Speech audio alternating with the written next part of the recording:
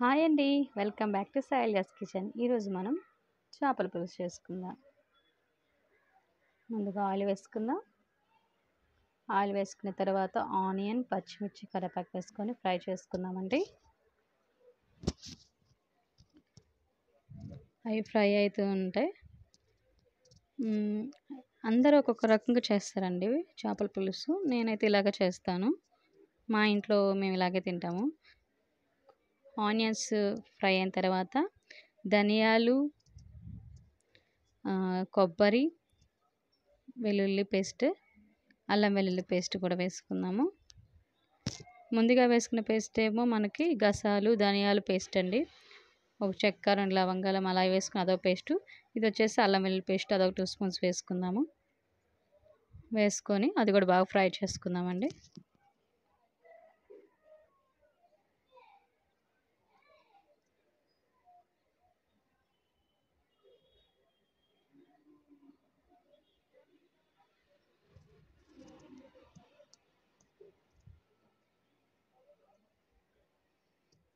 తర్వాత టమాటా వేసుకుందాము. టమాటా ఎక్కువ అవసరం లేదండి, ఎందుకంటే మనం చింతపండు వేసుకుంటాం కదా. ఒక పెద్ద టమాటా ఒకటి సరిపోతుంది చేపల పులుసు. కానీ కొద్దిగా పసుపు,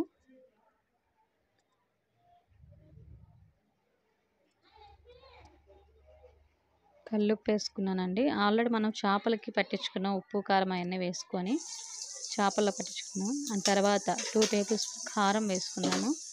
ఇంకా నాన్ వెజ్ కర్రీస్ అంటే ఆటోమేటిక్గా కారం ఎక్కువే ఉండాలి కదండి. కారం ఎక్కువ ఉంటేనే దానికి రుచి ఉంటుంది. కొంచెం మూత పెట్టేసి అనేది మగ్గ పెట్టుకుందామండి.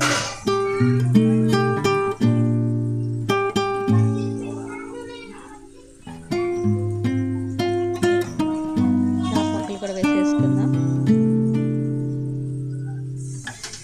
చేపల కూరకి ఇలా సట్టి వెడల్పు సట్టి అయితేనే బాగుంటుందండి. మనకి చేప ఎగరకుండా అలాగే ఉంటుంది. ముక్క ఎరగదు. మనం తీసుకొని వేసుకోవడానికి కూడా అలాగే చక్కగా మనం గంటె తీసుకుని అలా వేసుకోవచ్చు.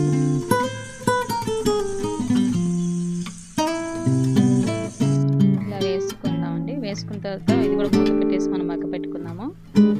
కొంచెం మగ్గిన తర్వాత ఇప్పుడు చింతపండు పులుసు పోసుకుందామండి.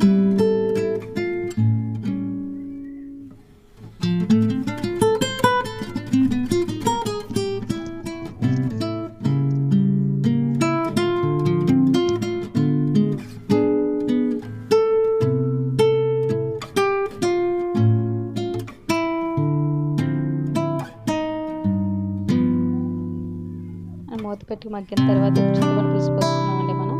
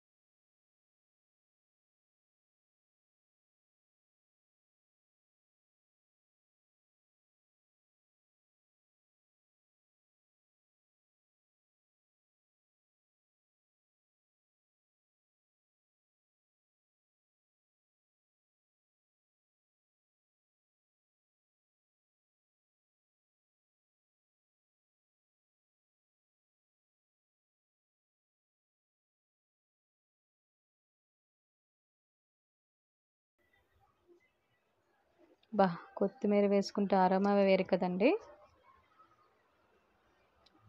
ఇప్పుడు కొంచెం వేసుకుందాము. మనం లాస్ట్‌లో కూడా కొద్దిగా కొత్తిమీర వేసుకుందాం. లాస్ట్‌లో కొత్తిమీర వేసుకొని మనం మూత పెట్టేసుకుందామండి. అండ్ కొద్దిగా కరివేపాకు కూడా వేసుకుందాం.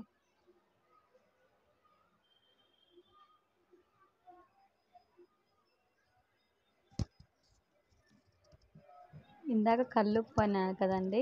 కల్లుప్పు అంటే మాకు ఇక్కడ ఇలాగే అంటాము.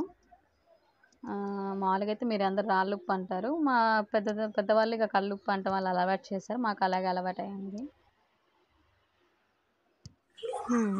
లాస్ట్‌గా దగ్గర పడిపోయిందండి మన చేపల పులుసు. అదిగోనండి పులుసు అలా రావాలి. చూసారా? ఇదిగోండి ఇలా వస్తే మనకి పులుసు కరెక్ట్‌గా రెడీ అయినట్టండి. చాలా బాగుంటుందండి. చూసారా ముక్క వేడి వేడి అన్నంలో చేపల పులుసు వేసుకొని, చేపల పులుసు ఎప్పుడైనా ఈరోజు వండుకొని రేపటికైతేనే బాగుంటుందండి.